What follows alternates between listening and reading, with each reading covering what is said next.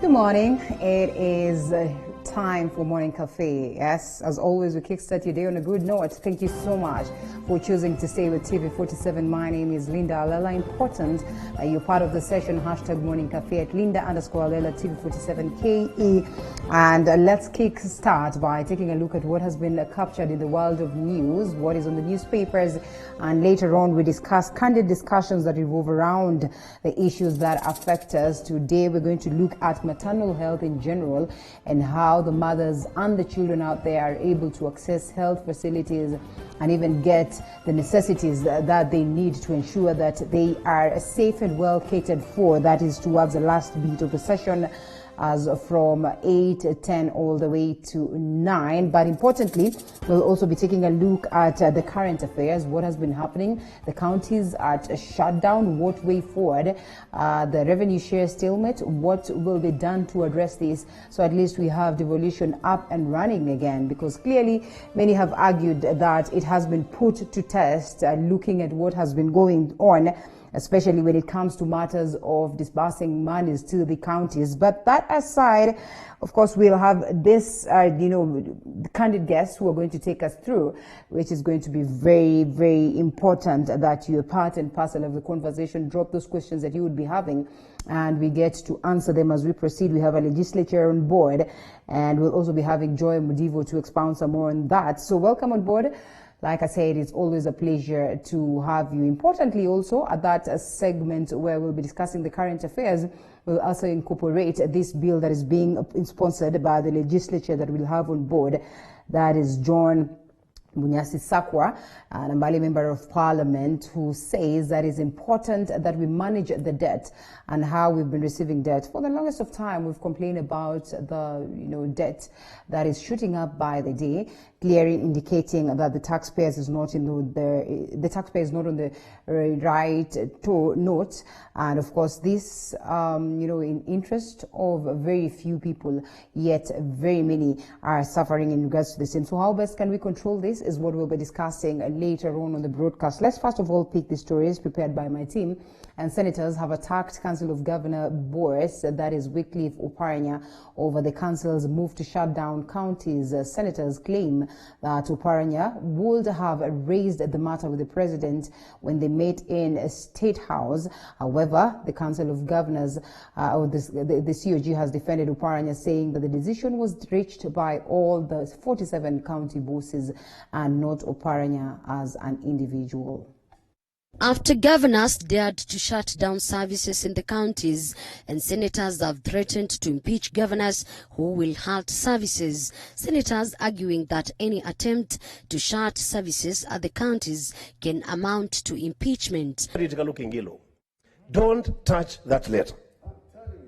Don't try to close a single hospital in Kitui, because if you do, we will come for you. Madam Speaker, this Senate is serious about devolving more funds to the counties. And the governor of Kakamega, who says he is the chairman of COG, has no business. That's the new definition of incompetence, misconduct, and abuse of office. Madam Speaker, I'm telling Governor Kibwana, if you shut down Level 4 Wote and Sultan Ahmud Hospital and Makindu Level 3 Hospital, pursuant to a memo issued by Wycliffe Ambetsa Oparanya, we will impeach you. It's an impeachable offense.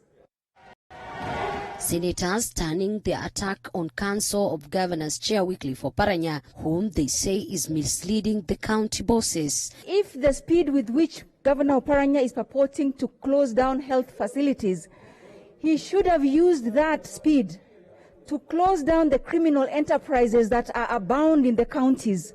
Today, nobody would be wanting anything in these counties. Madam Speaker, bad leadership diminishes everything. Madam Speaker, Governor Oparanya has not only diminished the functional and institutional integrity of our county governments, he has literally taken them to the dogs. The first ones now to proclaim and tell the world that the Senate is holding money. Madam Speaker, Governor Oparanya, we have had 4 chairman of COGs. But Governor Oparanya is the most colorless of all. Counties are yet to receive their shareable revenue for 3 months now, with the services at the devolved units being affected.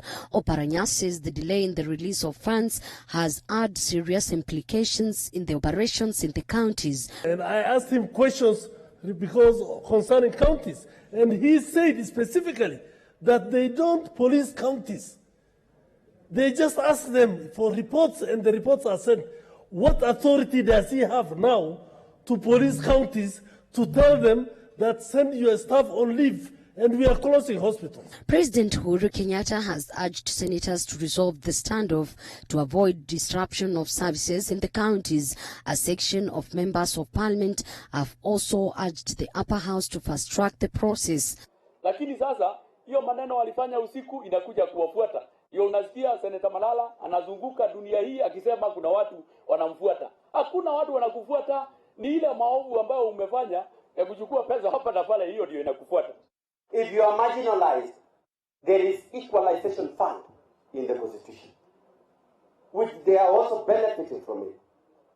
Wasaidike kule na equalization fund, but let us devolve resources to where the people are. Kwamba people who are many wanapata pesa kidogo na wenye kuna wachache wanapata pesa mingi. That is the reason why I'm saying that for me and from the people, leadership of the Luo Nyanza, we are saying that it is one man, one vote, one shilling. A 12-member bipartisan committee that was set up by Senate has been tasked with reviewing President Uhuru Kenyatta's proposal after he promised an additional of 50 billion shillings to the counties. Elizabeth Mutuku, TV47 Nairobi.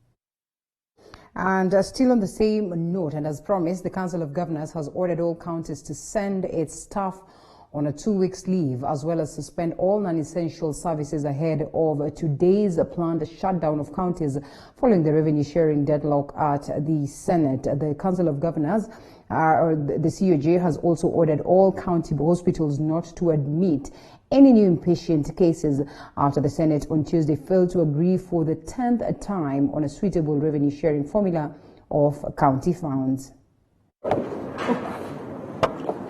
Operations in the counties could grind to a halt after the Council of Governors on Wednesday ordered all 47 counties to send their staff on leave for 2 weeks ahead of Thursday's planned shutdown of counties. This follows the ongoing revenue sharing standstill of county funds at the Senate, with the COG further asking counties to suspend all non-essential services. In a circular sent to newsrooms, the Wycliffe Oparanya-led council has also ordered county hospitals not to permit any new inpatient admissions, just a day after Senate leadership met President Uhuru Kenyatta and ODM party leader Raila Odinga at State House in a bid to resolve the revenue sharing stalemate. The shutdown is not a decision by the chairman of the council. This has been occasioned by the delay to pass the County Allocation Revenue Act 2020, hence a delay in disbursement of the equitable share of revenue. In the circular, the Council of Governors has stated since the COG on 8th September announced to lock down counties, Senate has still not been able to unlock the stalemate on the flow of funds. It is therefore not clear when this impasse will be resolved. In this regard, county health facilities will not permit any new inpatient admissions. They will also only provide minimal outpatient services. All non-essential services are hereby suspended, and county employees are advised to proceed on leave for 2 weeks. Nyeri Governor Mutahi Kahiga has since announced that Nyeri will halt operations starting Thursday due to lack of funds. Hospitals are not tourist centers or places where people just walk to have fun and relax. We have hospitals running because the patients go there for treatment, they are treated, and they are also given available drugs.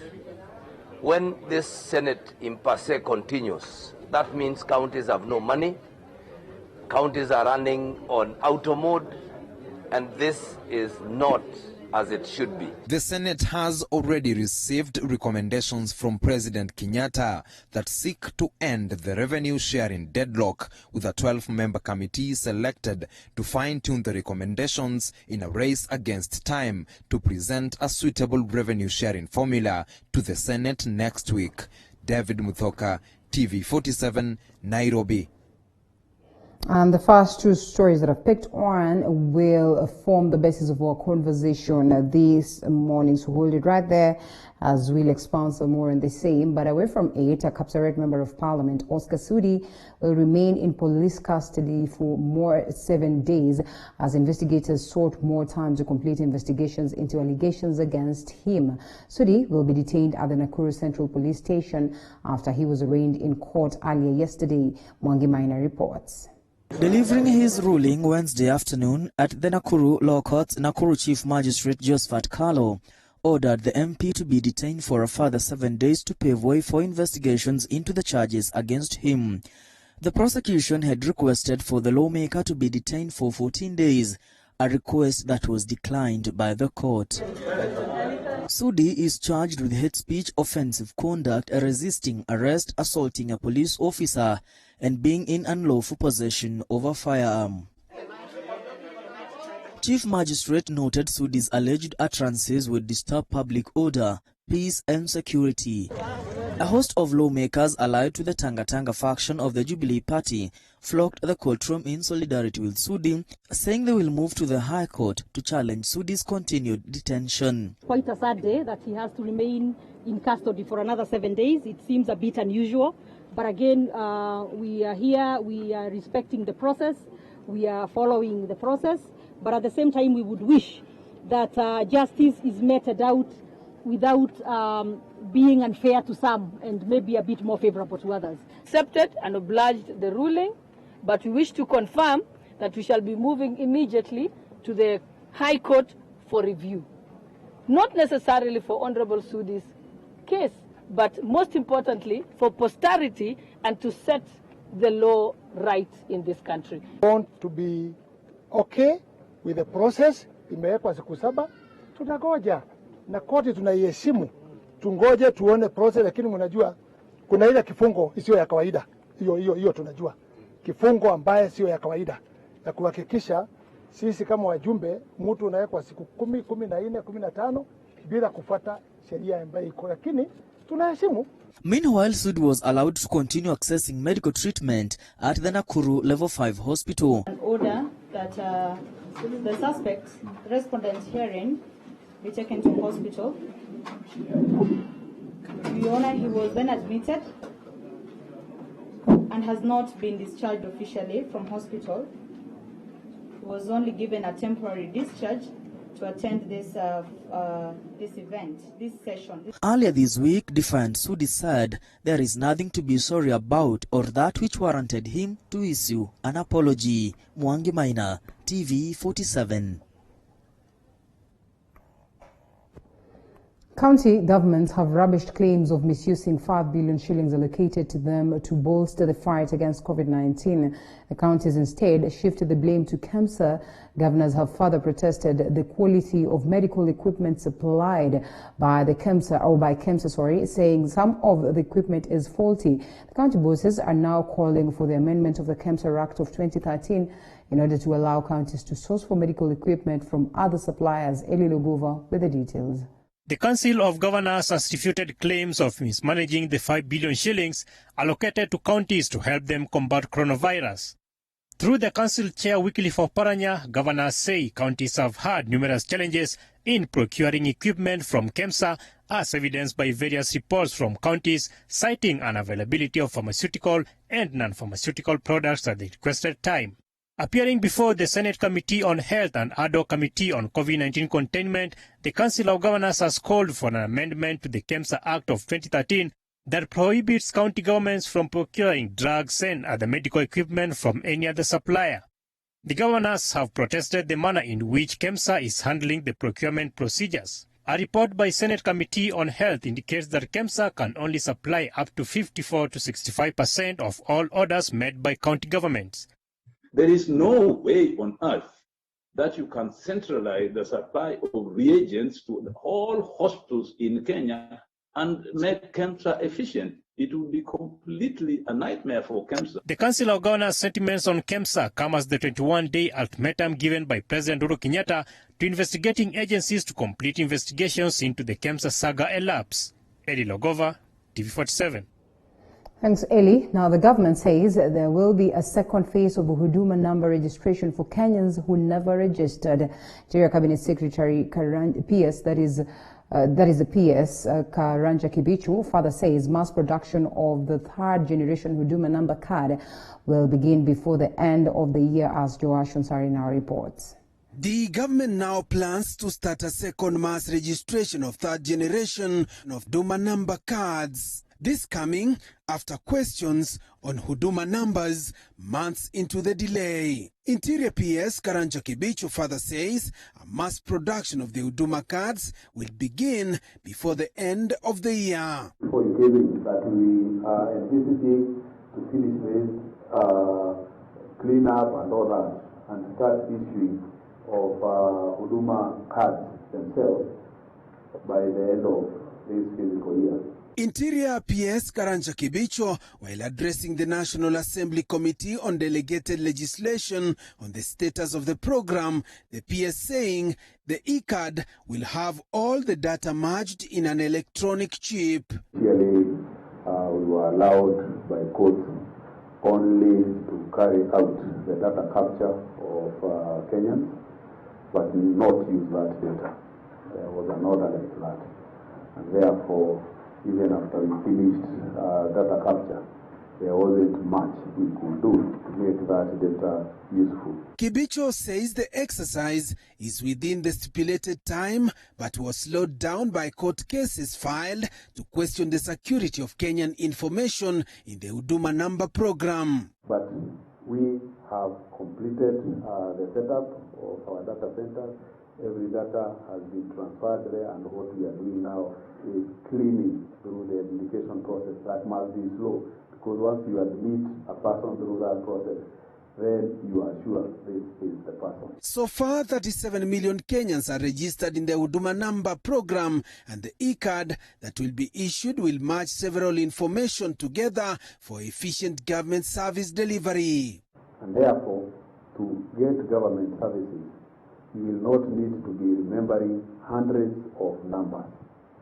To access information for authorized people, you will not need to be asking for all the things that we asked for. But for the adults who are here, who already have the driver's license, have the NSSF, the primary databases will remain intact. Joash Onsare, TV47, Nairobi. That too will form part of a discussion. And demolitions at the Luna Park Business Center kicked off yesterday, with the government planning to redesign the park to a bus terminus hosting buses from various routes. According to Nairobi Metropolitan Services Director General Mohammed Badi, the bus terminus construction is part of an effort by NMS to decongest on the Nairobi Central Business District. Zainab Mohammed with the details. Confrontations ensued at the Luna Park Business Center as demolition of the park and the surrounding businesses kicked off Wednesday morning.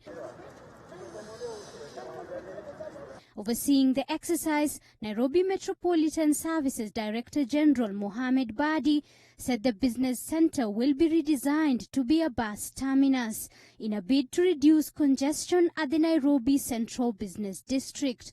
We are in the process of reducing congestion or traffic flow within Nairobi CBD, and one way of reducing the traffic jams is to ensure all the public service vehicles have a terminus outside CBD where there can be an end to their journeys from their respective destinations.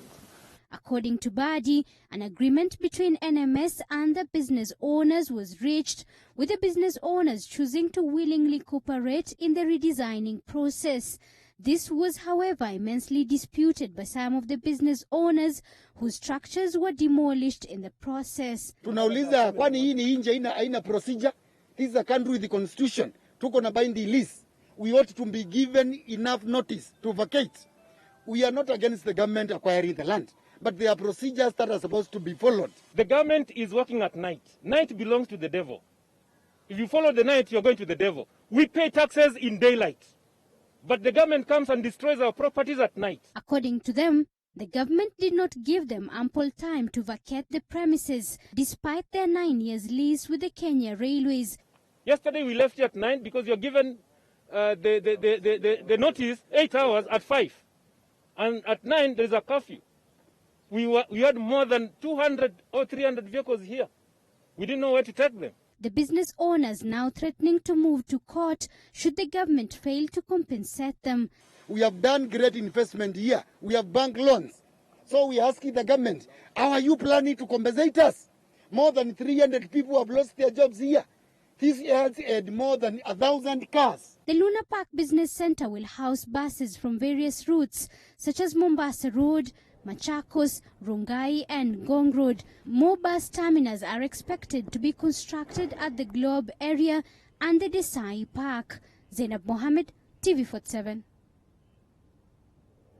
Environment Cabinet Secretary Keriako Tobiko has urged Nairobi Governor Mike Sonko and Nairobi Metropolitan Service Director General Mohammed Badi to work hand in hand in ensuring Nairobi's environment is friendly. Speaking at the recently launched Michuki Memorial Park in Nairobi as the nation marked the International Zone Day on Wednesday, the event was also attended by Nairobi Governor Mike Sonko. To actually support the Ministry of Environment and Forestry and all that end up on the roundabout or on the roadside. All of us are working together, serving the people of this beautiful country, serving the people of this beautiful city. It is not competition as to who is more powerful, who is senior, who is more influential. That really doesn't matter at all. What our people want and deserve is unity of purpose. The human race remains the greatest culprit in the degradation of our environment and depletion of the ozone layer, and it takes recognition of the same to reverse the effects and hopefully restore our environment to a standard that is suitable for all living organisms. Now, the Standard Gauge Railway has without a doubt been one of the government's flagship projects and a major boost to the transport industry, benefiting many in terms of travel and transportation of goods to and from Mombasa. However, the locals of the Kobani area in Miritini, Mombasa County, have few reasons to smile as they have been waiting for compensation for their land for over 5 years now. Maria Mocharo reports. The construction of the Standard Gauge Railway was a much-needed and applauded project by the Kenyans. However, for the people who had to pay the price and pave way for its construction, the project remains sour. For 5 years now, chasing officials and government for their compensation. Reli imekuja tuchukulia mashamba yetu plus na minazi ambayo ilikuwa kitumudu sisi kimaisha. Mpaka watoto walikuwa kisoma na hiyo minazi. Lakini kwa dakika hiyo kuanzia tarehe 5 mwezi wa 6 mwaka wa 2015 ndio ilipokatwa minazi. Tukaahidiwa mlima awadi pepa kwamba tutaahidiwa pesa zetu tutapata. Mpaka saa hii sisi tumekuwa hasa tuwachochole. Tunatoa kilio chetu kwa serikali ituangalie.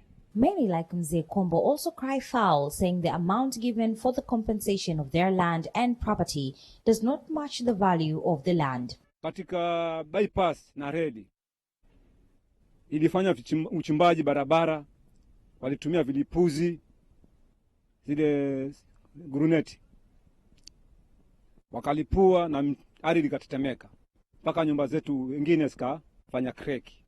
Tena nikafaa kusikia tu kwamba hiyo malipo huko ni shilingi 2,000. 2,000 ikiwa hasa nyumba imepasuka kama kuta 3. Utalipa pesa fundi pesa ngapi? Utanunua simiti pesa ngapi? Wakati wa reli ndio ambao ilipitia kwenye nyumba zangu. Nyumba zangu zile mimi nilikuwa nimetoka. Nilipofika hapo nyumba zangu zimeangushwa zote mbili. Sikupata chombo chochote pale ndani. Niliondokea suluhu kabisa. Ile kweli ni uhaki. Uvunje nyumba za mwenzako mbili na vyombo vyake ndani, sina chombo lichotoa hata kimoja, lakini uwe hutapata chochote. Hiyo kweli ni uhaki jamani. Efforts to involve the country government and other relevant authorities bore no fruits, leaving them with no choice but to continue to live in poverty. However, the residents of Vikobani are still hopeful and continue to ask for assistance from the government so that life can get back to normal. Nilikuwa na mashamba mawili. Nilikuwa kila shamba lina nyumba na mimea, poultries. Alafu na shamba la tatu nilikuwa liko hapa Ngare. Naomba kama nitapata usaidizi nisaidiwe, nitalipwa hiyo fidia. As the standard gauge railway continues operation, the locals of Vikobani area in Miritini, Mombasa County, 5 years down the line, are still waiting for their compensation after the construction of the SGR. Reporting for TV47 from Mombasa County, I am Mariam Wacharo. No, thanks for that. And the government is in the process of establishing the correct forest cult lines in the Eastern Mao complex and formulating policies of handling illegal settlers as it seeks to end the perennial clashes linked to land disputes in the area. The government is in the process of establishing the correct forest cut lines in the Eastern Mao complex and formulating policies of handling illegal settlers. This as it seeks to end the perennial clashes linked to the land dispute in the area. Speaking in Nesweet, in Joro, following renewed clashes between warring communities that left 7 seriously injured, Rift Valley Regional Commissioner George Natembea called on residents to maintain peace and embrace each other for the betterment of the area. Kabla malize kupeana watu wakaenda kotini. That was 1997. Na ukakuwa na injunction. Yeah? Settlement ilitakana kuishia hapo. Wangoje uamuzi wa mahakama. Hiyo ndio mpaka sasa 1997. But as you can see, kuna watu ambao wako beyond that na ni watu wengi sana. That's what I'm saying, we have to make a resolution one way or the other, wala tutafanyia namna gani. Yeah. Fresh clashes came barely a month after more than 20 people from Nesweet and Doswa were attacked, leaving at least 5 people dead, with residents calling on police to intensify patrols. Iliwekwa na Kenya Forest tarehe 14 mwezi wa 8 mwaka huu. Na hii ndio ilichangia, tangu iwekwe hii ndio imechangia vita mara kadhaa. Umesikia Nesweet inapiganwa, ni hii kitu ndio imelete vita. Ekidhua, TV47. Dozens of domestic animals have perished in 2 separate incidents. That is yesterday. In one incident, a marauding lion killed 11 sheep in a village in Narok County, while an afternoon fire gutted a farm in Juja, Kiambu County, killing several animals. Nancy Kimuyu reports. A calf, 3 pigs and several chickens have perished in a fire in Juja, Kiambu County. The fire that started Wednesday afternoon also destroyed properties worth millions of shillings. Firefighters from Kiambu County arrived at the farm on time but failed to contain the raging inferno. The cause of the fire has not been established yet.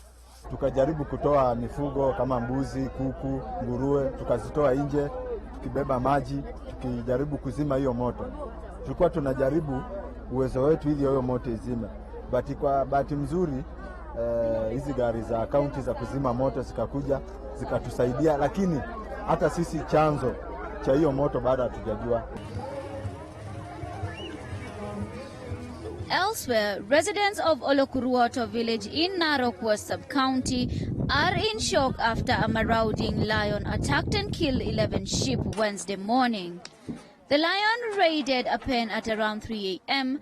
and killed the sheep worth approximately 90,000 shillings. The owner of the sheep, Dixo Kipera, lamented that the lion has been terrorizing herders in the village for close to 1 year now. He regretted that the village has lost close to 100 domestic animals to the lion, and the Kenya Wildlife Service has not taken any action. Leo ameua 11 na siku zingine mbili ambazo zimepita ambaye ni mwezi tu imeua kitu kama 50, nyingine ilikuwa hiyo 50 nyingine, so ikawa ni hasara kubwa sana. Tangu tuanze mwaka huu ambaye tumepata shida, hatujaiona KWS na hata ile compensations yao ambao wanasema tuna compensate hatujawahi uona, na tumekuwa na heshima, hatujaharibu mnyama yote, hatujaua simba, hatujafanya chochote, hatujapatiana simu, lakini wamekataa kutupatia hiyo heshima yetu. Tunawaambia KWS wakuwe responsible na kazi yao. Residents are worried that the lion could end up killing people if it is not stopped. Tumekuwa na woga sana kama wamama. Kama inaweza toa kondoo ndani ya boma, sinaweza fungua watoto pia kuchukua. Sasa tunaomba serikali penye mko mchukua hatua kwa hizo wanyama, kwa sababu zinatusumbua sana. Hata tunaogopa kutoka kwa manyumba mchana. Tunakaa tu kwa sababu KWS wenyewe wayuko wako tu kwa makambi, si ati wanakuja kuchunga wanyama. Nancy Kimuyu, TV47. After Rwanda Revenue Authority waived penalties, fines and interest of payment worth 5 billion Rwandan francs for taxpayers who are unable to pay because of the COVID-19 pandemic, the tax holiday has ended and the waiver beneficiaries are now being asked to pay tax for September 2020. Diana Iriza in Kigali with the details. So according to a statement released by the Rwandan Minister of Finance and Economic Planning, Dr. Uzziel Ndagijimana, it says that immediately after the 30th of September 2020, those who will not have paid their principal tax in full, they will be liable to interest that will be applied to the unpaid principal tax amount effective the 1st of October 2020. The taxpayers who were exempted from paying penalties, fines and interest of late payment of pay-as-you-earn, value-added tax, withholding tax for the months of March, April and May 2020, as well as corporate income tax for 2019, hence are requested to pay the principal tax due along with the quarterly income tax by September 30th. We spoke to Witonze Jean Polev, the communication officer of Rwanda Revenue Authority, to give us the details on why this deadline was created. The first of, we offered the exemption to the taxpayers who were in hardship. So for the months of March, April and May, because that's when the total lockdown was going on in Rwanda. And we cannot continue offering the exemptions because people are paying basing on the turnover of the current year, meaning that they are not paying based on the income they got last year. Instead, we changed the system of computing the tax on income tax. So people are not finding it difficult because they are paying based on the current year and the current turnover that they are getting. Rwanda Revenue Authority also calls upon all Rwandan taxpayers to constantly check their tax calendars in order to avoid late fulfillment of their obligations, which risk penalties. Diana Iriza, Kigali, Rwanda. Thanks, Diana, for that. And on that very note, we take a short break. Vivian Ty is on standby and we'll be taking you through the stories that are making headlines on the newspapers after this break.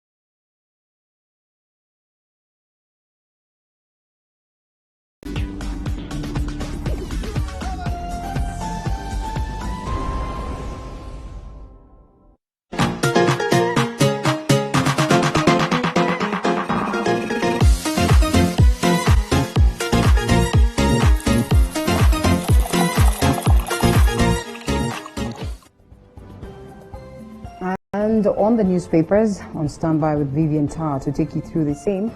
Going, just taking a brief look at what has been captured, most of the stories, just to note because of the interest of time. And the biggest story of the day, broke governors shut down counties. Council says only essential services will be provided in the regions after their coffers run dry, following a revenue stalemate at the Senate. And Diana, that is the first story, or the biggest story, or amongst the stories that have been captured on the front page of the People's Daily. It's a story that is making is taking center stage, across the world of news. And yes, what is left of devolution? First of all, it's sad. It's a sad thing that it's taken over 3 months to just come to a conclusion on the revenue allocation for the counties. And on this, I actually support the governors, because essentially what's supposed to happen is CRA is mandated by the Constitution to come up with a basis for sharing revenue. This is not the first time they've done this. This is the third basis that is up for consideration. And ideally, how it's supposed to work is the formula or the basis that CRA proposes is supposed to be debated by Senate. But what has happened is their proposal has been mutilated several times, such that every time it's represented in a different format at the Senate, it doesn't go through because of various interests. And what's happening now is the common Mwananchi is the one suffering. But the governors have a point. If we don't have money, how do we run the counties? I think Governor Oparanya was on television yesterday, and he was like, my county is a rural county, so I cannot rely on own source revenue because it's really not much. And that's why these funds are so important. They're supposed to support devolution. So at this point in time, I really feel because of Senate's failure to agree on this matter, they've ended up failing Kenyans. Don't you look at it as though, Senate has, the interest of the people at heart, hence the reason why they've taken a while, because they say this is not an issue that you just deliberate on anyhow. Well understood, Linda, but remember, this is not the first time we are reviewing the revenue basis to the counties. This is the third time. And this thing of saying we're using myths. We're using myths like, this is a one man, one shilling thing, when it's not based on, fact. It's not based on the real and true formula or basis that the Commission on Revenue Authority proposed. It's like politics has taken center stage and we've forgotten why we are doing this. The previous time that the formula was reviewed, there are still counties that lost out some money. So this is not the first time that some counties are losing, some money. And this time, particularly this basis, is taking into consideration 10 parameters. So it's not just about the population. There are several parameters they are considering. And if really it was a one man, one shilling thing, it means a county like Nairobi that has about 4.3 million residents would have gotten, I think, is it 27? No, it would have gotten like, I think, 10 billion. But Nairobi is getting, I think, 27 billion, So that's a myth. If it was really just based on numbers only of the population, then Nairobi would have gotten much less than, we are getting. Okay. Yeah. So we expand some more on that later on. We'll be having Honorable Bunyasi Sakwa, who's also an economist, and they tell us the logic behind this, and also members of parliament have been called upon by Ukuri Atani to, proceed and pass the 50% of the 316, but this has not been done so far. Maybe that's the reason why the very important thing to remember is just that CRA is mandated by the law to come up with a proposal. So it's not really up to Senate to mutilate and present various, it's not their place to, mutilate the document and present something different. Yes, they can debate it. Yes, they are also allowed. Yes, but they are not the Commission on Revenue Allocation. That is not their forte. Okay, we discuss that some more later on. Now, no walk in the park, getting classes ready, and lots of restrictions have been put on board. If at all, students have to go back to schools, and reopening of schools shock for parents. Government has issued strict guidelines for institutions to meet before readmitting their learners. So with no financial plan for majority, the cost of meeting the rules will be passed on to parents. I think that's very unfair. We've all been through a pandemic. Yeah. It's affected a lot of people economically. Many businesses have closed. People have lost jobs, and to pass on a financial burden to people who are not prepared. Remember, initially the conversation was to open the schools in January, so that I think everybody has just time to readjust. And yes, we all want the kids to go back to school, to get them busy, to keep them occupied and, in good activities. But there's a financial aspect to it that we cannot just wish away. And as much as parents want the best for their children, how are we going to deal with the financial aspect of it? And the financial aspect cuts across both ways, because there are teachers who are also going through a difficult time. The board of management teachers and private school teachers who are maybe not being paid because schools have been closed, and there was a long discussion around how they should also be paid. But now to say that you want to take kids back to school and you put in strict guidelines and you want the parents to shoulder that burden alone really is not fair. I think it needs to be like a partnership, maybe 50-50, government pulling in 50% and maybe parents the other. It should be a shared burden, because nobody wanted or wished for this pandemic. Speaking of it being a shared burden and the tough times for the Kenyans, calls for insurance for those who lose jobs to pandemics are on a story that has been captured on page 5 of the People's Daily. Do you suppose then this would come in handy to us addressing this? Because, well, it's not like we are prophesying doom or they are prophesying doom, but if this has happened, then there are likelihoods that something else could happen. So how well will people prepare for the same? I'm not sure I completely agree with it, because we don't know when we will have another pandemic. But I think having gone through this COVID thing has taught many of us a lot, like diversifying, revenue streams, because the truth is, yes, we're in a pandemic, but there are people somehow, because of what they were doing, who ended up making money, or their businesses have thrived as a result. So I think the lesson is in learning how to, diversify revenue streams. Even if you're employed, what else can you do? And if you're in business, is it just one business stream or revenue stream that you will depend on, or will you, try and diversify that? So I'm not really pro the insurance bit. I think we can look at another more realistic angle. Okay, well, that aside, and to the Daily Nation, at tough times for learners and teachers. I think we've touched on that already. And Chebukati's Genius Agency wants audit of system and servers for reuse in a 2022 poll. That is a story that has been captured on page 5 of the Daily Nation. And yes, IEBC to reuse 2017 poll materials. Oh my goodness. We need a reform of the IEBC. The truth is, Kenyans do not. I think there's a poll that was done late last year. Kenyans have lost faith in the IEBC, and sometime this year, early this year or mid this year, they released a report on the 2017 election, and it had massive errors. It took, just Kenyans poking holes on the thing for them to pull down the document and redo it. And everyone is like, how can a whole agency not have verified the facts before publishing it? So there's a lot of question marks around IEBC's credibility to hold another election. Remember, even when the NASA team went to court and got an order, to get access to the server, it was never done. So now we are talking about a server. It's ridiculous. It's ridiculous. No, we need a credible, believable IEBC. And do we have time for that before 2022? I think it's typically, I think the Constitution says 2 years or thereabout. I'm not very sure about the timelines.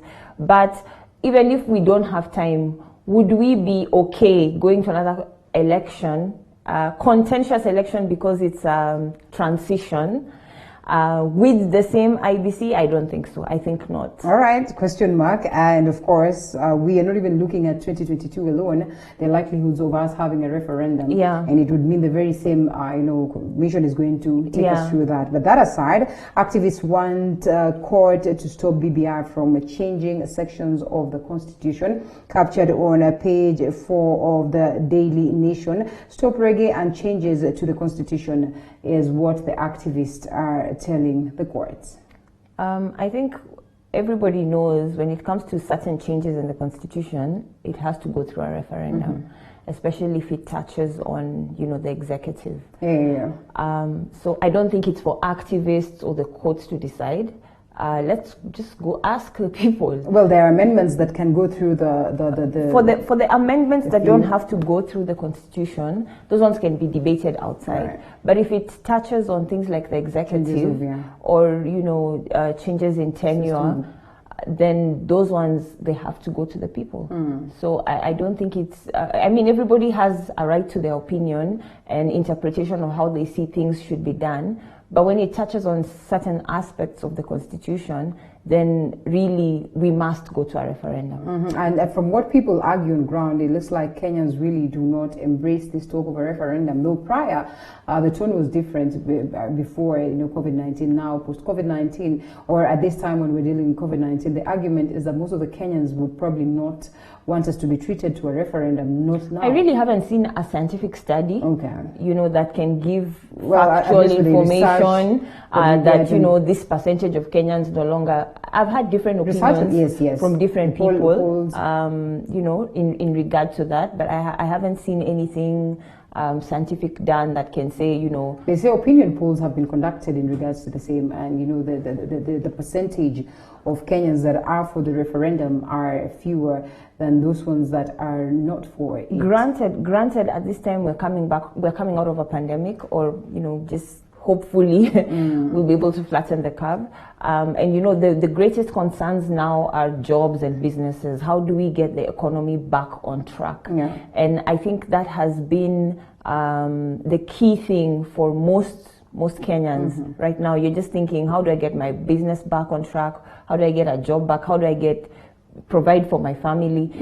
Those are the key concerns. But the other reason why maybe whatever opinion polls have been conducted may show that, Kenyans are not interested in a referendum is because there's a lot of, lack of understanding or misunderstanding or misinformation around what, BBI is about and why a referendum is important. I can tell you, Linda, if we go to another election without resolving the issues we've had every election year, the same thing will happen. And it may even be worse because it's a succession election. All right. Okay, and there are underlying things as a country we need to deal with. All right. Well, some of the stories also captured. The stories that we've touched on. A cash stalemate. Brooke County is now forced to shut down, and Tanzania opens its doors to observers. Tanzania allowed 15 countries with embassies there to send election observers for the October 28th poll after embassies met requirements. And Kenya's weep note over oil pipeline is according to a write-up, and writes, that is Charles Onyango writes that knowing the Ugandan security mindset, the surprise is that Kenya route was was never considered at all. This, I think, in regards to years. They changed the route. To Tanzania. East African integration, as we wind up.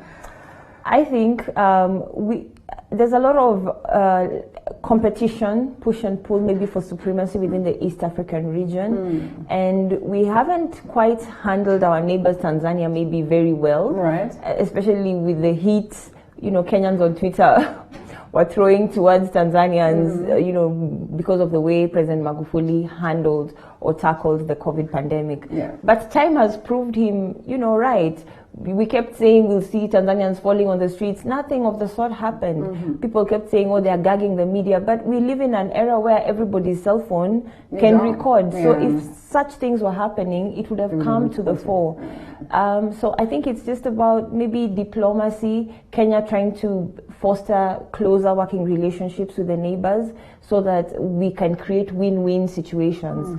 In areas where we are strong, we can support them. And in areas where they're stronger, they can support us. We're neighbors. Yeah, man. All Sisi right. majirani. Majirani at this time, yeah? Yeah. You need to go lenient. At least the other day, after easing the restriction on them, they also Oh yeah, decided that and they're going to Tanzania ease just restriction. allowed flights, Yes. Kenya Airways flights back. So that's This a really good sign. Tit for tat game is really is Diplomacy. Really, you know, it's just because you did this, we're going to do this. Once you You must, at the end of the day, you must look out for your own interests. Like Trump there's no keeps question about that. propagating for America. So I think America the only. same thing happens. Yes, we are neighbors and we want the best for the region, but at the end of the day, you look at your interest first. It's important to be selfish sometimes. Yeah. Thank you so much, Vivian Tarr, for taking us through that.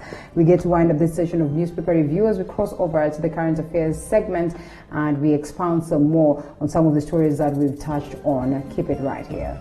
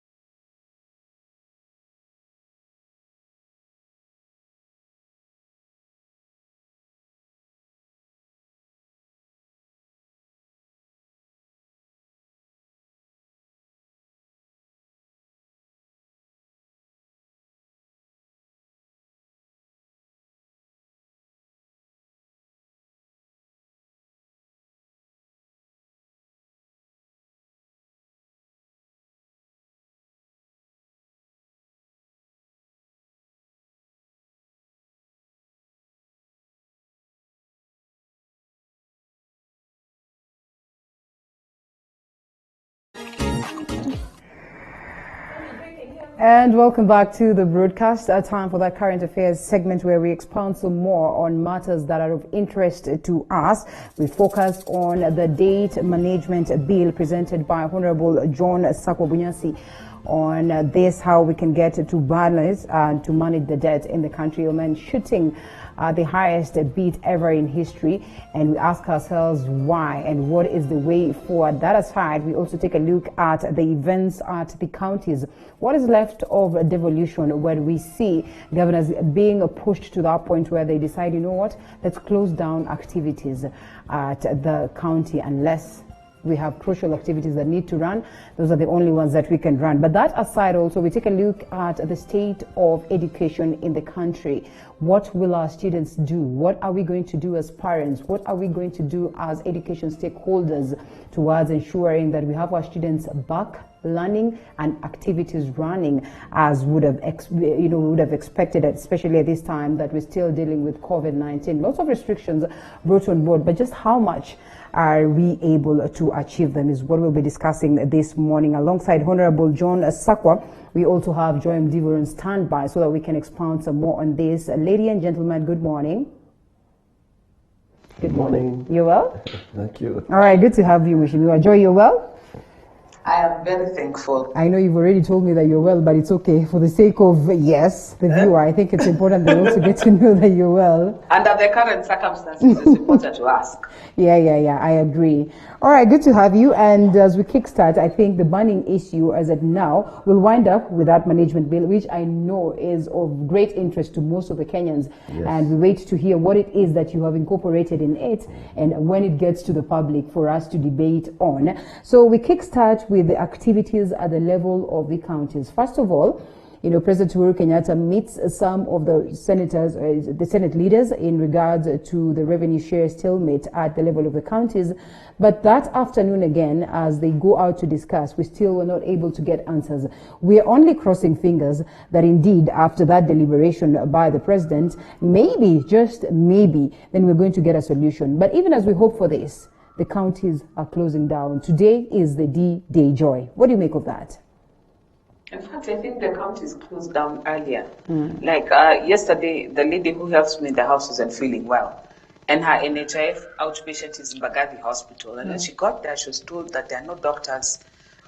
There's a shutdown. And she had to come back home and seek treatment in a private facility close to home. So the county facilities have already started winding down. And it's unfortunate because the courts have pronounced themselves on this matter. The Senate is working on the formula.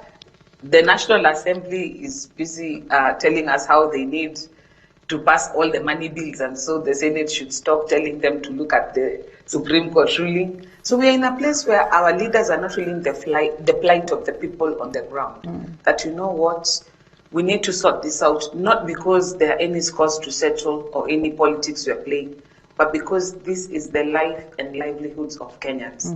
So right now we're in a very unfortunate situation, but all this chest thumping by the governors and the trading of blame between the National Assembly and the Senate is not working well for us. As they say, when two elephants fight, it's the grass that suffers. And right now the grass is pretty much fed up and very bruised. All right, and on several occasions, Honorable Bunyasi Sakwa, he's the Member of Parliament in Mbale, so his people must be watching right now. I think it's important to acknowledge that. On several occasions, we've landed in trouble just because we desperately needed, a solution that was given half-baked, a solution that was given just because, we have to solve this situation as of now. And in most cases, you find that the repercussions are tight in the long run. Do you suppose that the senators are playing safe and are doing a good thing to hold us at ransom, so to speak? I mean, in search of a solution that is going to be long-lasting. Thank you very much indeed. And thank you for having me on the show for the first time. Thank you. But straight on to this issue of revenue sharing, the Commission for Revenue Allocation, as I'm told, has been working on this new generation formula for quite a while, probably 2 years or more. It takes a while to develop this and so on. Unfortunately, it's not in the mathematics of it because what has happened is the Senate attempted to make changes to the revenue allocation formula in a way that would be politically acceptable. However, I don't think that there was enough sensitization on what it is really we are trying to cure with the new formula. That's why there is a mechanism for distribution, but that distribution is being resisted on the grounds by the marginalized counties that they are still so low on vital indices, human development indices, that they can't be denied resources that are going to help them to catch up. And I personally believe that the solution to this impasse doesn't lie inside the formula. You can manipulate it mathematically any way you want, and we have enough expertise in this country to do that. But it's a public policy question. Right. And the public policy question is, in what way are you going to have a process, a restorative process in a way that will bring up those counties that are low on development indices and human development indices to be comparable with those others. Now, we are locked up in who has more population and less population and more land. But the fundamental question is that those in the marginalized countries are saying, here we are, our indices are way, way low, whether it is child mortality rates, maternal mortality rates, just the physical difficulty of getting from point A to B, the quality of public services and so on. There's a whole lot of things. Now, the reason why the president's intervention, as well intended as it was, will not work is as follows, in my view. It's not in the quantum of money being given. It's the relationship between the small receivers and the big receivers per capita. So in that process, even if you pour more money on it, they're still going to say, hey, but now you see I've given them even more than I have got.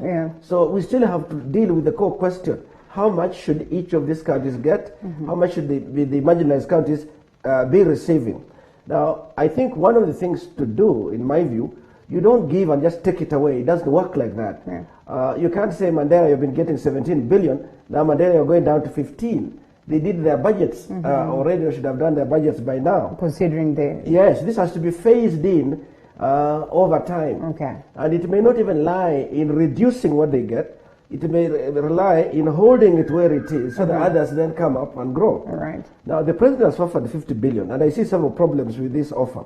First, I don't know where the money is going to come from. Obviously, in the division of revenue, which the National Assembly does, the division between the counties and the national government, they gave them 316.5 billion, same as last year. And with the inflation, that means they really had a reduction, effectively had a reduction. And also it also means that there wasn't enough money to increase that, because the rest of the commitments in the national government budget side was such that, in fact, you remember President Uhuru saying he doesn't even have a shilling to put to it. Where will the money come from? Now, it turns out that he's saying we can give you 50 billion. But remember, he said if the economy grows. Yes. Was that a bait? Was that a bait in a way? No, that is a killer condition. I do not see, we are deep in COVID. We'll grow from the low levels of COVID. And we're not going to grow the economy beyond where it was before COVID in the next year or so. There won't be 50 billion. And secondly, if there's going to be 50 billion, first it has to be appropriated. In a way, it means therefore that the National Assembly has to have a new division of revenue bill that is 316.5 plus 50, which is 366 billion. So the government will have to show where it's going to come from, what's going to be reduced in order to accommodate this. Now, that's not what's being planned. And so I can understand, after the senators went back, of course, if you're with the president, you must be polite. But after they went back, and they first looked up the numbers and the reality in the processes, they still couldn't agree, because that does not help them. Does not help answer the questions of the counties that feel that they will still be marginalized. Then what then makes us feel like we finally have that white smoke coming to you, Joy? And picking up from what Mheshimiwa says, do you suppose at all our leaders having conversations in such perimeters, or they have just decided to bury their heads in the sand and focus on the little that is of the table, not to look beyond? There's no burying the head in the sand, because that's where we are at hearing number 10 and counting. Is because the reality has hit them hard. That if we do not get a formula that works for our counties, we're in trouble. Remember, these are people who their primary responsibility as the Senate is to ensure that the counties are resourced and that any laws that pass protect devolution. Right. Now, in this particular role, if they are looking at this critically, they cannot take the conversation lightly. And that's why you see it's taking so long, because at the end of the day, they must deliver to the counties that elected them. And if you notice in this particular discussion, we are dealing with the elected senators. The nominated senators contribute to the conversation in their delegation, but the ones with the vote in this matter is the elected senators, because this is a mandate that they were given to go and carry out in the Senate. Now, with what Mheshimiwa has talked about, I've always said in this conversation, and I'll lay the blame back on the National Assembly. When we were passing DORA, and we passed it with less than 15%, and we told the Senate, take 316 and you deal with it. Yeah. Now, this is the consequence of take 316 and deal with it. The 316 is just not enough. And we've come to a place where, even in the BBI conversation, we're talking about raising that floor from 15% to 35%. If the National Assembly cannot uphold the Constitution and pass adequate funds to the county assemblies, then when the county assemblies are unable to share, because in my opinion, if we had implemented the Constitution properly, we would not be talking about 316, we'd be talking at least 360 moving forward. Right. That would have been like the bare minimum. We would have operationalized the equalization fund, such that even the counties that take a hit with the new formula would have had another fund where they could draw the extra that they need to make up in their budgets. Would have also come to a place where by now many more counties should have been empowered to collect more on-source revenue. So I always give the example of Narok. They had an opportunity to run the MARA under the county government, and they had the foresight to maintain that under the county government. Think of countries that are hosting the Amboseli, the Savo. Now I'm just dealing with parts. Or let's even look at Turkana with the oil. If that resource was used primarily as a county resource, not so many countries that would be busy crying and saying that we need more money to come, because they would be raising the money themselves. So the entire conversation is not just about shillings and cents from the National Treasury, it's also about our public finance management. Right. How are we allowing counties to thrive if we are allowing counties to thrive? And at the end of the day, we can never have this conversation without talking about the converse responsibility of county fiscal management. Many counties are also not very good spenders. They're just as wasteful, or maybe not use that word. They also have loopholes. That means some of the county funds also get lost. And that has been factored in the new budget, whereas you have got what you're raising versus also how you spent what you were given. So because this is also a parameter, there's some counties that are losing because they score poorly on their fiscal management. So this conversation is a lot broader than sharing 316 billion. And I would that the National Assembly rise to the occasion to push forward to actualize the Constitution as we passed it, and not to play politics with Kenyans. So that the Senate also can do the same. And we'd love to expand some more on the aspect of, counties revenue. Yes. You want to respond on that? Yes. Okay, Let me respond to that. First of all, we have to be clear what the 15% reference point is. It is 15% of ordinary revenue that was as last audited and approved by Parliament. You see, that's a line of, that's the law. Yes. 316 is more than 15% of about 1.4 billion. That was the revenue in question. The 16-17 is the base year we are using. There is room for improvement. First, the audited statements for revenue can be quickened and should be made more current. It should be no later than perhaps the year before the previous, or even the previous, say, 12 months back. By that time, should be audited and be used. So we're using a low base over the years, quite a low base as a matter of fact. So the 15% is not related to budget, it's not related to current collections or projected collections. That's one. I think that, so this one is about 20-something%. I don't remember the exact figure, because these figures move a bit. That's one. I think the second thing is that the battle is no longer the National Assembly. The 316 was already passed and has been used before, like it did last year. The battle is in the Senate.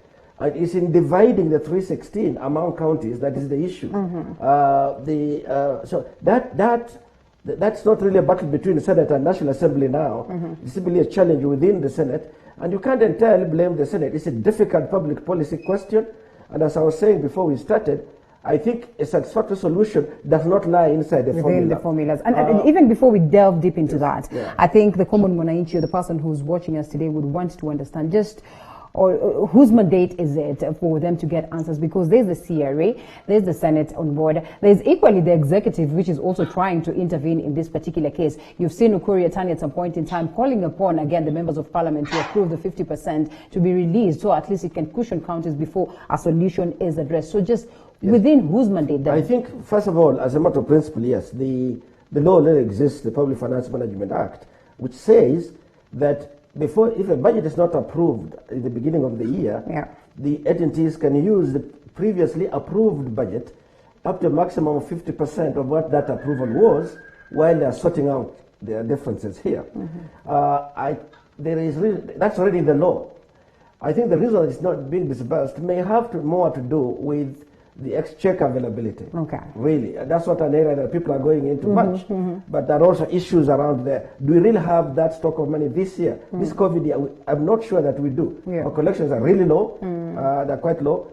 And as you know, our lenders are also now getting a bit hesitant and so on. So there are issues. There are issues whether, in fact, that 50% would be available right now. Now, all departments of government, I can say that with confidence, use that 50% option. They move on because even in a normal year, it takes until about October for funds to begin to flow. So during this first quarter of it, they'll be using it on the principle of the 50%, no more than 50% of the previous year. That's the option that the counties must be allowed to exercise so they can run. As my colleague, the co-participant has said, there are essential services like health. You can't afford to let that, for any reason whatsoever, slacken, so that you are no longer able to open hospitals, you're no longer able to provide the services the county is supposed to fund. So that, I think, is it's a political administrative challenge that there is. I think part of the reason why the funds are not being 50% not being used is to put pressure on the entities involved, so that they can come up with a solution. The pressure instead, the pressure instead is not getting these entities to give us a solution, but it has gotten the counties going down and closing down. Are you in agreement, Joy, that the Council of Governors took a great move towards saying that enough is enough, we need to shut down, and is that going to be pressure enough for Senate to give us a solution? I agree with Mheshimiwa that what we are witnessing is an arm twisting to force people to come up with a solution or a decision as quickly as possible. And that's why I started by saying, when two elephants fight, the grass is the one that suffers. In playing these games, you have an end in mind, but the people who are paying the price are the people on the ground. In this particular instance, the announcement even by the chair of the Council of Governors, you wonder on what authority he has to shut down counties. That is something that each and every governor should have made a decision based on the circumstances in that county, unless it was a collective decision of all governors to shut the country down. I found it a little bit premature, so to speak. It's jumping the gun. We know there's a crisis, but why would you go ahead and make an announcement to shut the country down? It didn't make any sense to me. But be that as it may, they're passing an important message that it's not only a public finance issue, it has also been pronounced by the courts. And I was listening to the speaker giving an opinion on how DORA has already passed, and if anything needs to come out, we have to start this process again. And I'm thinking to myself exactly what Mheshimiwa said. This case just don't have the money. So all this stalemate is actually stalling. We are waiting for funds to come in and see if we have enough to disburse. If that's the conversation, I would that would be honest enough to tell the counties, you know what, we only have got 2 months to go. We only have got 3 months to go. Why am I saying that? It's because in this last week,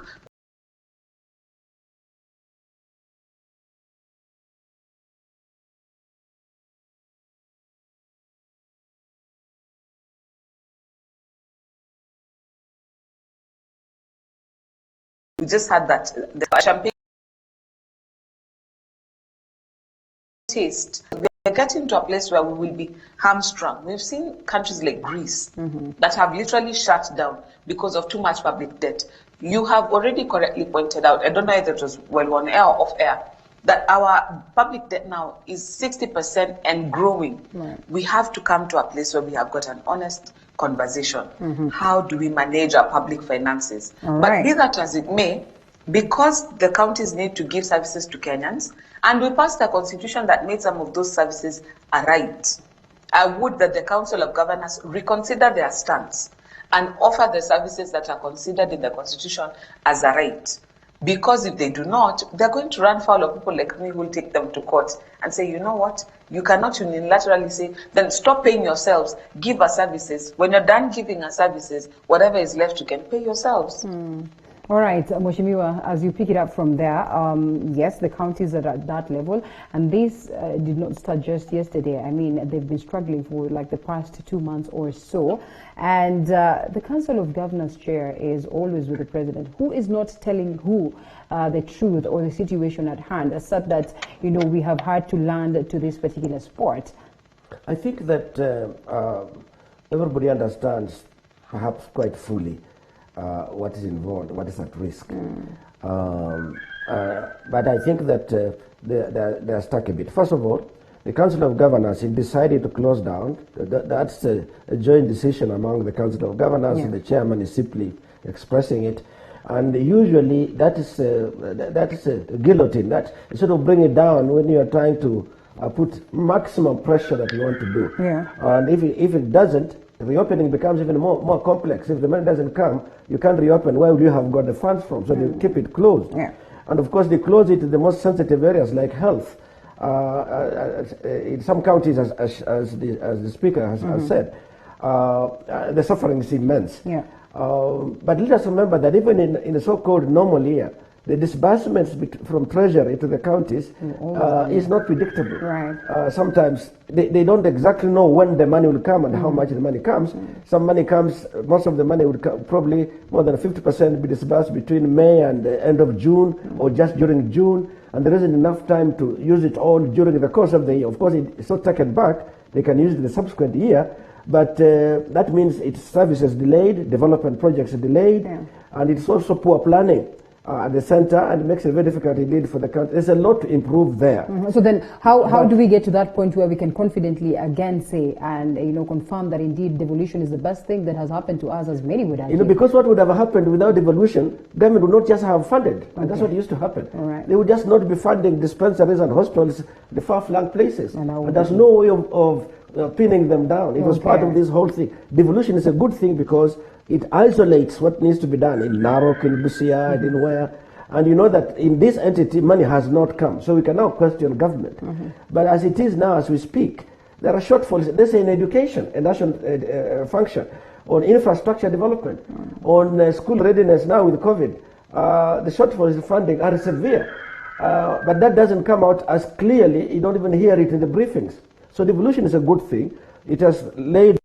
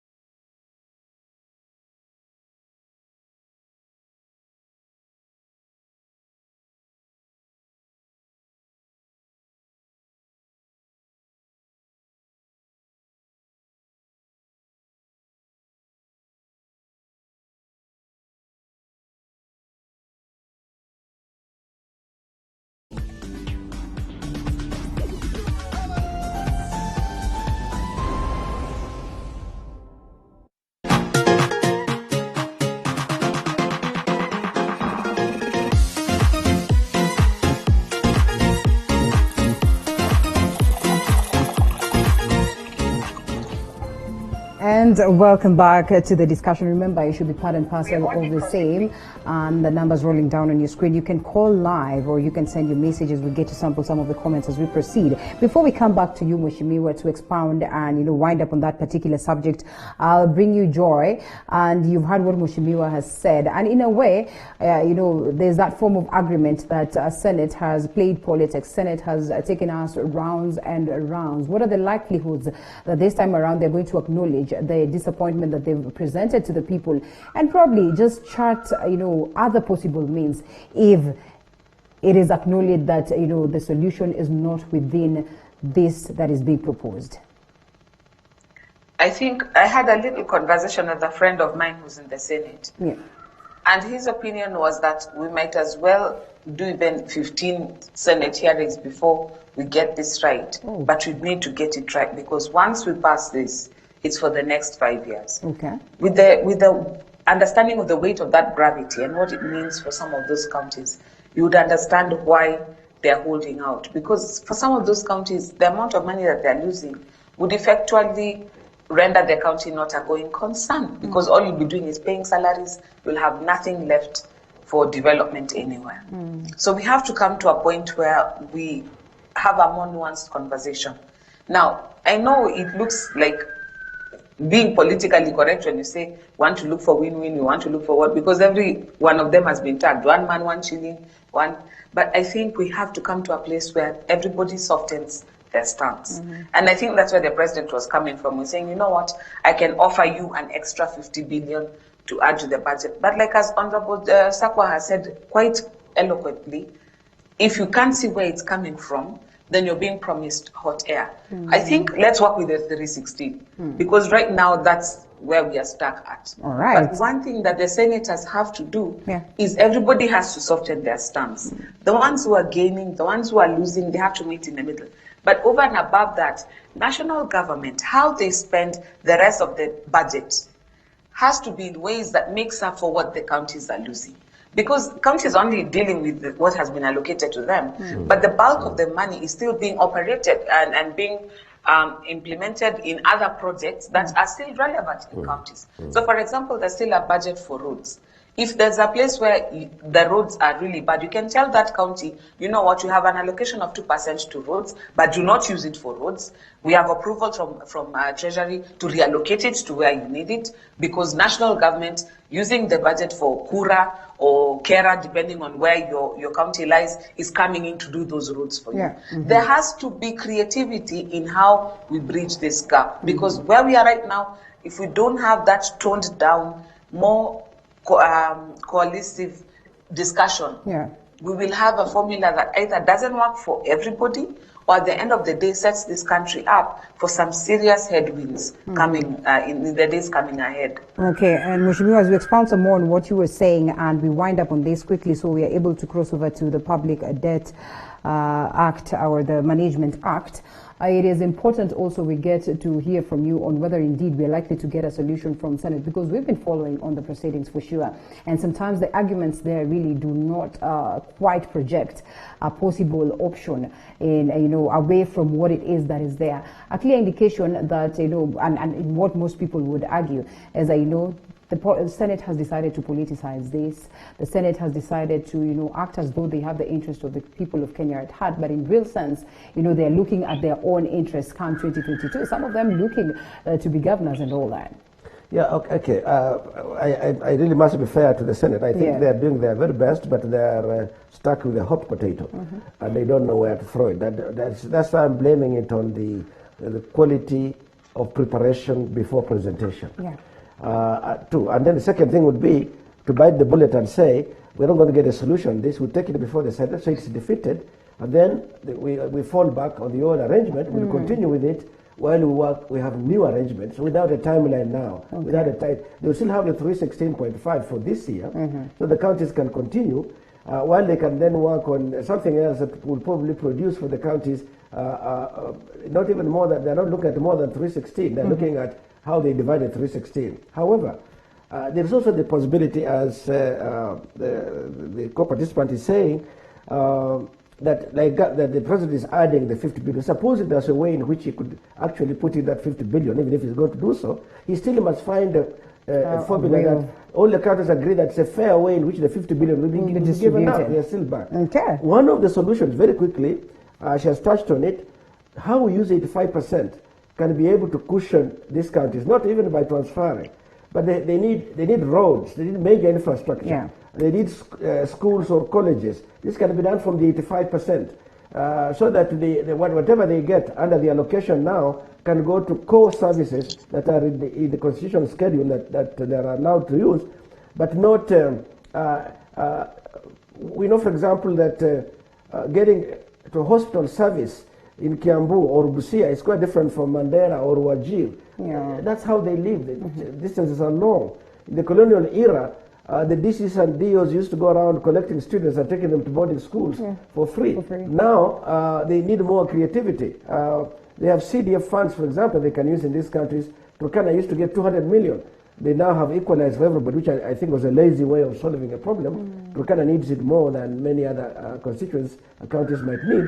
But we have to get ways in which the 85% also is dedicated to equalizing, bring to near equality the vast differences in standards of living and vast differences in the ease of access to services across counties. Just to conclude, for example, if you look at health, we should just look at hospital beds or hospital visits. We should say, why is it that the probability that a child below 5 is X in such an area and 10 times X in another area? It's so much higher the child will actually die in another area, and another area the chances are quite high. Maternal mortality, for example. And then probably even overall mortality. Outcomes can be used so that however you invest, you'll be seeking to get comparability in those outcomes. And not just in these figures that you use as you put in. That's where we are now. I think we need to move off that and look for a solution more broadly in the public policy domain. And accountability then comes into question. Absolutely. On the use of resources and follow through where people have we're talking about stealing money. It's not just in the counties. The money is being stolen all over this republic. You can see the Kemsa thing that's just making it bare. But there must be action. There must be action. You must be able to follow through and get appropriate deterrent implemented. All right. Well, and Joy, let's cross over to a different subject altogether that is well expounded. I know it's something that we can discuss for hours and hours, but then we can only hope that all this is going to be addressed. So, Honorable Sakwa right here is sponsoring a Public Debt Management Act in Parliament to regulate the government on loans that they take or they borrow abroad. I don't know whether this will also come to the local aspect of it, but debt is something that we need to really address. And I think in a own special way, you had introduced this subject earlier on. I do not know whether you have any question for Mheshimiwa before he gets to expound, on what exactly the bill, dictates and how far the stages that it has taken so far, and when it gets to the people for us to get to debate on the same. I've had several commentators on this topic, and sometimes, because I'm not an economist, what they say doesn't convince me as much that we are still in a healthy place. Because I was talking to one of people who's more knowledgeable in this, and he told me, 60% is no problem. There's some countries that borrow even up to 100% of their GDP, and their lenders are still happy to lend to them, and their rating is not too bad. In terms of credit worthiness, it's still not too bad. But when I look at Kenya, I'm like, okay, fine, that is all fine, but we are not major producers of anything. We import a lot more than we export. So when we borrow, we are borrowing against what strength exactly? Because when you find people borrowing heavily, it's because maybe they have oil money or they've got major industry. There's something that they're exporting that generates a lot of foreign exchange that they can pay back their debt healthily. I think in Kenya, what Honorable Sakwa is proposing is something that is actually long overdue. That we need to have not just a conversation based on global trends, but on what is fit for purpose for Kenyans. So, for example, I look at countries like Japan. that do a lot more of domestic borrowing. So even if you're borrowing a lot to finance the government activities, you're borrowing from local investors, and so the money circulates back in the economy. Right. In Kenya, we have a situation where we borrow from abroad, and so our money is expatriated to other economies. So it doesn't get to grow, because that's one common thing you hear now. Hakuna pesa inatembea. Yeah. For some reason, everything seems dry. So I would like to hear from Mheshimiwa what ideas he has from what we've discussed with the public finance management in the first segment. I am sure he's very knowledgeable on this, and I'm very keen to hear if somebody has got some fresh ideas to bring some fiscal discipline to how we not just spend, but how we borrow the money that we spend. Speaking of which, we are projected to hit 9 trillion by 2023. That is the debt, that we're talking about. And this, again, has taken us to that point where our credit is at risk, or credit capability is at risk. So what are these proposals that we have? Yeah, okay. First of all, I must say every country borrows around the world. Yeah. But every country has its own unique or different circumstances from another. And I think she's Joy, Yes. has just expounded how countries like, for example, Japan, their debt to GDP is almost 100%, and so on. But what happens is that Japan is almost, its entire economy is a tradable economy. Part of their gross national product, or their income flows per year, is what they invest in Toyotas of Kenya, in Toyotas of America, and in the shipping lines around the world, and so on. All that are their exports. Even if it's located here, it's their company earning and repatriating earnings, or adding to their stock of wealth or income that income that year across the world. So they are so monetized that servicing debt comes ordinarily from their budget, so to say. Yeah. You see, we are in a unique position. To service our debt, we must expatriate money, as she has said. And that's on the one side. So our export performance, or whether it's coffee or tea or tourism, must function to give us the money that we shall need. If not, we must borrow in order to pay. And so on. So it's a bit complicated. Yeah. And when we reach now we're at about, our GDP is about 11 trillion. 10.8, say 11 trillion. I use 10 because of the ease of calculation. Right. The estimated debt, and that may be 6 months old, is about 6.6 trillion. Others feel it's now above 7 trillion. The 9 is the maximum that was last passed by the National Assembly. I know they'll come back well before 2023. When it was passed, nobody knew about COVID. Yeah. It was normal circumstances. So clearly with COVID, government will have the excuse to say, we must borrow even more. And you can see, we will see 7 trillion plus by end of the year. Now, why is this becoming a problem? It puts pressure in providing services domestically, because forget getting a foreign exchange to pay first, you must appropriate the budget. You will take it away from the budget. Before you have paid for your health services, education, defense and security, infrastructure, you must pay debt. So if we are paying, I think we are paying about 62% of the budget of the government revenue, but the revenue is going into debt payment. It means that 38% is all that's remaining. The rest of it you have to borrow. You have to borrow the money. So it puts pressure on what we can do in a poor economy like ours, poor country, what we can do to finance development, to finance activity that reduce poverty. So what the bill is attempting to do is to say, in the first place, let us be sure that we are borrowing what we must borrow. And there is no magic, and there's nothing intrinsically good about having a large budget. We have heard Kenyans like to boast that the Kenyan budget is bigger than the rest of the East African community put together. Yeah. Now, okay, it makes us feel good that we are a large economy. A large economy must be performing. And there's no reason for our budget to have to grow each year at levels that are unsustainable. First, we can't fund it from our local resources, and then we must borrow. But how much can we borrow? In a way that now borrowing itself doesn't lead us to the Greek problem, where you have borrowed so much, you are unable to meet your debt obligations.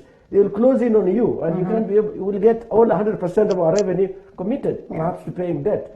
So we shall be borrowing from Tom and paying Peter, as they say, one left and right.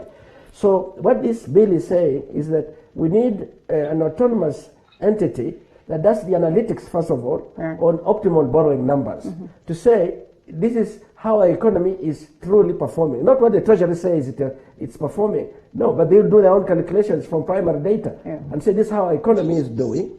If our debt goes beyond a certain level, we should be consuming this much of what the economy is earning, and therefore missing all these services that we can't provide anymore. And so we can space out some of this.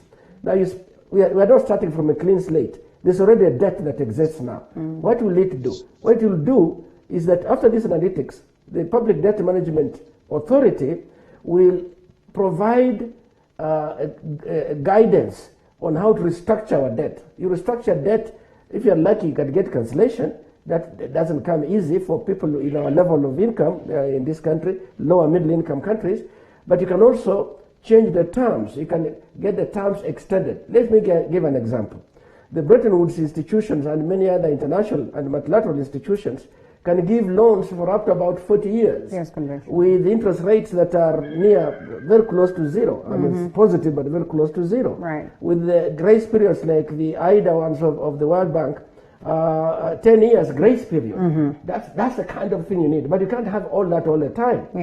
But what you cannot afford to have are 5-6 year commercial type loans with high interest rates, with the payments that we can barely afford. This beginning of this year, late January, we were making the first installment on the SGR loan to the Chinese, where we were, for the first time, now paying the principal plus interest. We had been paying small commitment charges, interest only. Now the two are coming together. It was quite a crisis because they had put together, I don't know how many billions, I don't have a comment on that, because the agreement is virtually secret. Only a small part of it has been shared. Parliament did not approve it. Parliament does not have a full understanding of what went into it. So what the Act will do is to say, which loans must we, as a priority, restructure? And Joy, you can always come in. Yes, must we restructure, and how quickly can we do that? And you can restructure either by changing the loan terms or by getting additional borrowing on the margin on soft terms. So they dilute the impact of the very expensive one. One would want to argue that the damage is already done as it stands today. So just looping in Joy, she probably could be having a question or a comment in regards to the same. One, we ask ourselves at this point, why is it that nobody thought about this? Like you said, this was long overdue. And we are talking about long-term loans at this particular time. Really, what could have informed us lagging behind on having or setting up such policies that would guide our ways? And what are the likelihoods then that this would come in handy to salvage and to even dilute the current and dire state that we are in? Let me also add to your questions, because I think Mheshimiwa is more knowledgeable in this area than I am. One of the things that has been concerning to me is the recent trend where we are trying to fill our development deficit gap. So we borrow a lot to do infrastructure projects, and that's been the current trend for the last 15 or so years from the Kibaki days, because we said we had a very huge infrastructure gap. But what we have seen recently is that our neighbors are able to get levels of financing to do similar or comparable projects at a fraction of the cost. Why is it in our side that we are unable to deliver on projects on budget, on time, or even under budget because of are we pricing ourselves out of the market for starters? But in addition to that, I want to hear a comment about why is it that we introduced the Office of the Controller of Budget for this particular reason, for this very reason, that there is somebody other than just Treasury looking at what is going on with our budgeting and our expenditures. We have the National Assembly that has the oversight role on the executive on how we are spending our money. Why is it that these two organs, just on the basic level, are unable to offer enough oversight? And why will a third layer of an additional layer of legislation, which I assume will have a legislative body to implement it, be the magic button? How will that solve what the National Assembly and the Controller of Budget has failed to do in terms of giving oversight to the executive? A couple of things. First of all, nobody should ever worry that we don't have expertise in an area like this. I think what really helps with the debate is how everybody feels about it. Even Wanjuku, the village, they will realize that quality of service has gone down, and they will demand it. The others will say, it's because we are unable to fund because we have the debt.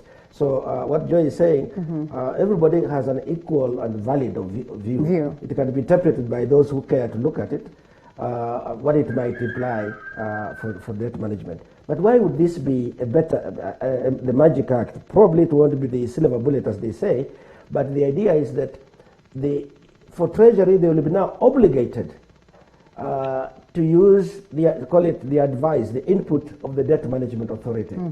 Now they have a Debt Management Office inside Treasury, but just one of the departments, which means you can listen to them or not listen to them. They do the analytics if you are going to negotiate, so that if you're negotiating, you have some numbers there, but they don't have a statutory input into it. The Treasury will be obligated to have to work with the authority when they're negotiating debt. The authority will give the parameters they can't exceed. The authority will report directly to Parliament, because as it is now, the numbers that Parliament looks at or does not look at come from Treasury itself as a part of the huge complex budget. And in these days in which governments, like probably other parts of the world, are seeking to they have a budget coming before National Assembly, their interest is to make sure that their supporters in the National Assembly pass that budget. Because if you don't, you're letting down your party, you're letting down your president, you're letting down the president, and so on. But that's a problem. So when those numbers come by that time, it's now a fight of egos, you could say, between Parliament, the political party, and the executive, and so on. But what we are saying is, prior to getting to that, the numbers the size of budget you can have would be that which also is subject to the input of this debt management authority. Would say we can't afford to borrow that much, but you cut back. Joy had said at the beginning, first of all, there's no reason why you need to have a 3-point-something trillion budget. Maybe you need only a 2-point-something trillion budget. And how do you work with a lower budget more efficiently and perhaps even deliver the services? In Kenya, I don't think that's really the reason, but it's a contributor. It costs, if you give a simple example, if I wanted to buy a motorbike personally, and I walk to the store, I might get a motorbike of a certain make at 120,000 shillings. If I put in a tender to buy 100 motorbikes, which means now I'm buying in bulk, you would expect the price to be less than 120. If it is anything even 120, then it's not worth it to go through the huge procurement processes. Why don't you just walk in and buy them at 120? But whenever we tender, they will come out maybe at 200. That's how you get wheelbarrows of 100,000 instead of 9,000. There is something about our governance. They're carcinogenic. There's something about our governance that we are just turning a blind eye to. Let us tackle it. Let us deal with it. When that has happened, there's usually a reason why it's happening. KEMSA now, as we are speaking, counties, I spoke to a deputy governor of one of the counties we happened to meet on the flight just the other day. He said the price at which you get drugs or items from KEMSA can be 3 times the market price. So in this case, is the debt the problem or accountability? Now those are issues of accountability. But now what is happening is you're having a budget that is financing all these malpractices that I've talked about. Because to purchase to that extent, and therefore the budget, a lot of it you're purchasing for waste and for theft. So that's why this debt management authority office can say, no, we can get the same goals with this lower level of borrowing. No, don't go to country X. Go to, say, I used to work with the World Banks. I don't want to keep mentioning them, but let me just mention the multilaterals generally have conditionality tied to their loans.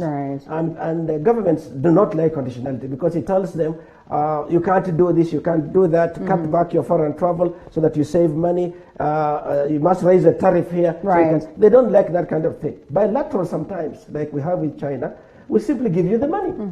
And what does it happen then? What happens then? The debt management authority would say, if we go bilateral, such a country, these are going to be the cost and the implications for our debt. Why don't we negotiate instead with the Europeans here, with the African Bank here, with IMF here, World Bank there, and so on? They'll give guidance there as for where we might go to be able to, at the margin, not bring in more higher cost debt than what we already have got. If you want to reduce it, each incremental debt must be lower cost than the one you have already.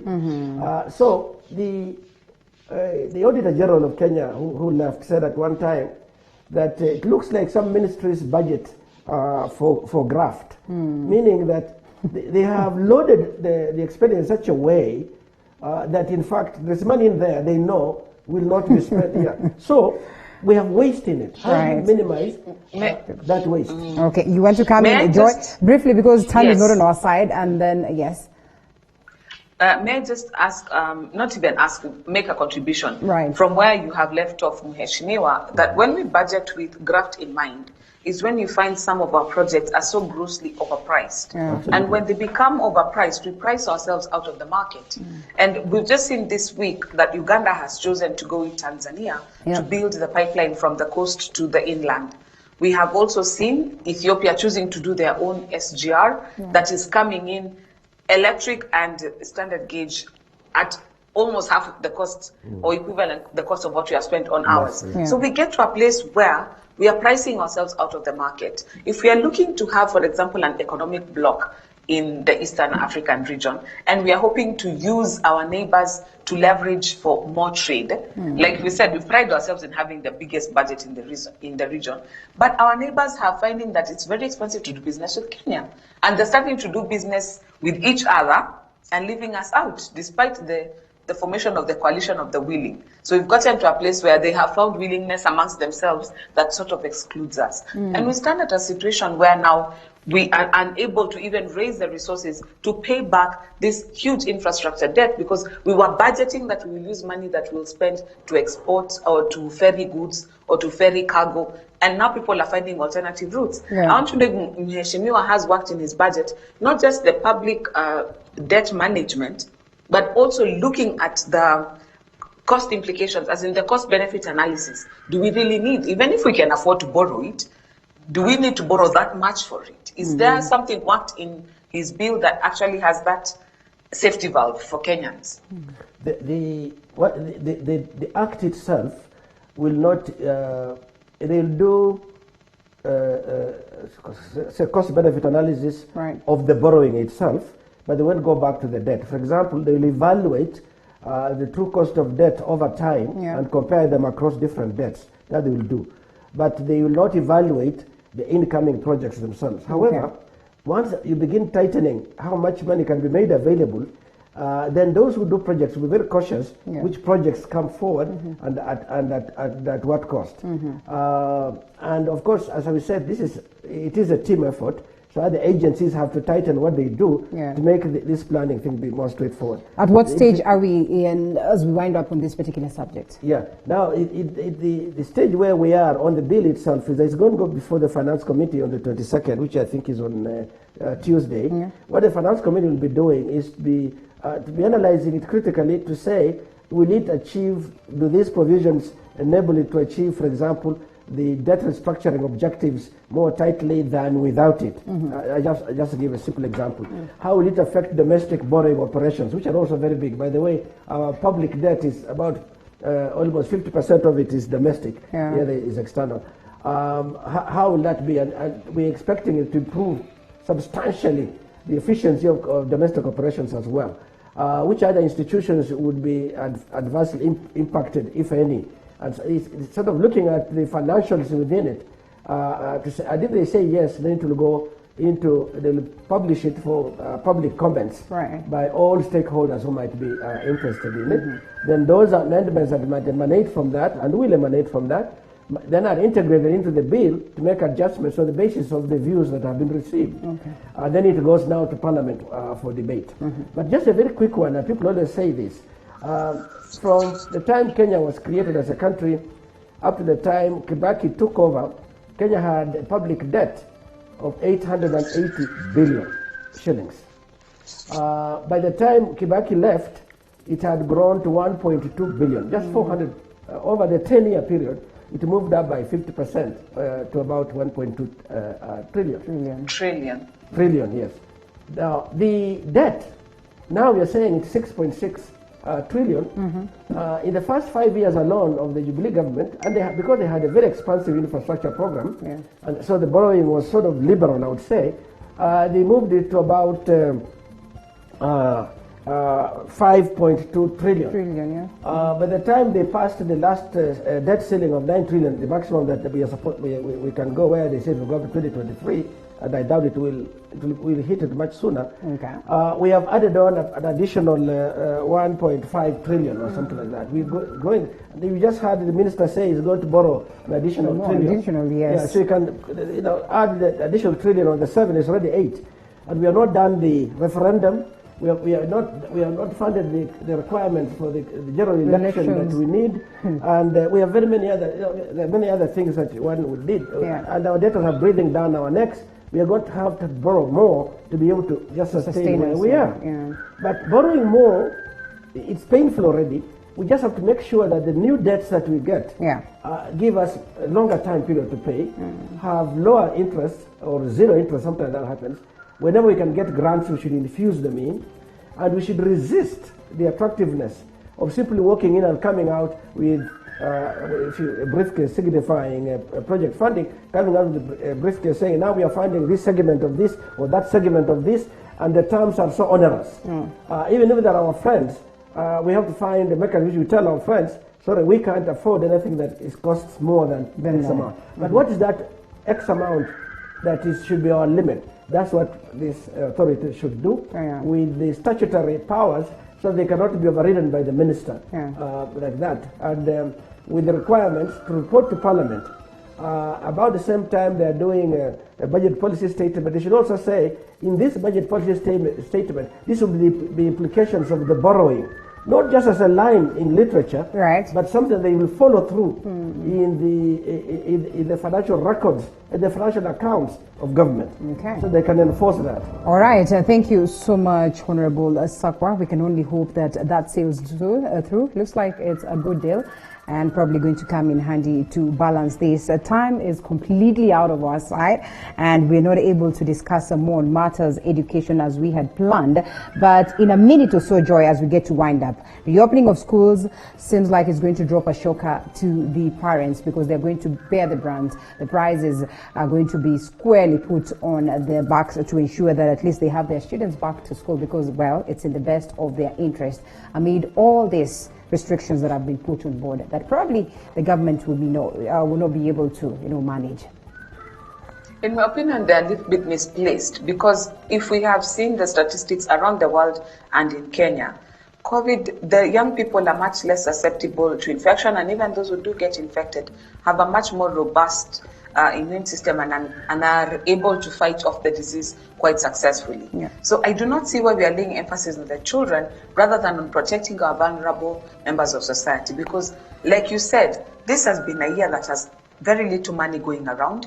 Parents are not able to afford even just the basic education. Many schools have shut down, and all you're giving parents is another long list of things that you want them to do. I mean, it's just saying that, by the way, we're not going to reopen schools. So if the education ministry really does not have an intention of reopening schools, they better just leave it at that, because all these things that they're telling people to do, we can't afford it. It is unnecessary because we are not protecting the children. We should be protecting the people with comorbidities and the others who are most susceptible to die from the illness. That's where our focus should be. And let our children go back to school unfettered, because they are the section of this population that is most likely to survive an outbreak and who actually need herd immunity anyway. So in my opinion, telling children to play in turns, to eat 1.5 meters apart from each other, that is not how people were designed to live. And we just need to get pragmatic and honest with that conversation. Well, thank you so much, Joy Mdivo, Executive Director, East Africa Center Law and Justice. Great insights right there. And Mheshimiwa, anything you'd want to say in regards to that? 30 seconds or so? Yes, I think that, first of all, unfortunately, we have a national system that when you open schools, you want to do it in Turkana and do it in Migori and do it in Busia. You see, other countries in Europe, particularly in the US, the education jurisdictions are, for example, they could be like each county has their own education calendar, so to say. The opening and closing generally may be through across the country, but the school systems are managed within the counties. The teachers, the facilities, the health services to the students is done, say, in the equivalent of a county by county. The impact of COVID is not equal across the republic. Right. It may be low in one corner where there's little movement and interaction with the outside world. There it may be lower. If it doesn't get there, they will be clear. But it may going to be faster in Nairobi and Mombasa and Busia, the border, and so on. Yeah. But perhaps slower in Marakwet or other places. This we need to know also. Yeah. Unfortunately, we are going to have to do this across the board, and that's a problem. Secondly, we must have the option to say, if there is such an outbreak in this area, then we must close those schools. Okay. But unfortunately, now in our system, you'll want to close everything, including areas where it's not. And my complaint about the briefings per week, and the minister should look at this, we must begin to nuance the impact of COVID on Kenya. It's not true, it's not equal everywhere, and therefore the actions will be different in many places. I agree with Joy that to load parents again with what they must do to get the hygienics needed for COVID protection is probably too much. To ask the government to do it at a time when we know they do not have the money is also very heavy. But probably this is that they go and borrow on our behalf and use the money strictly for what they have borrowed the money for. Not do the kind of thing that happened with the COVID funding that we have. Yes. It's a big shame. It it's is a big shame in the country. All right. Thank you so much, Honorable John Sakwa, Member of Parliament, Nambali. That's where we get to wind up this session. It was a great session altogether, and we cross over to a different one on matters social life as we discuss maternal health after this break.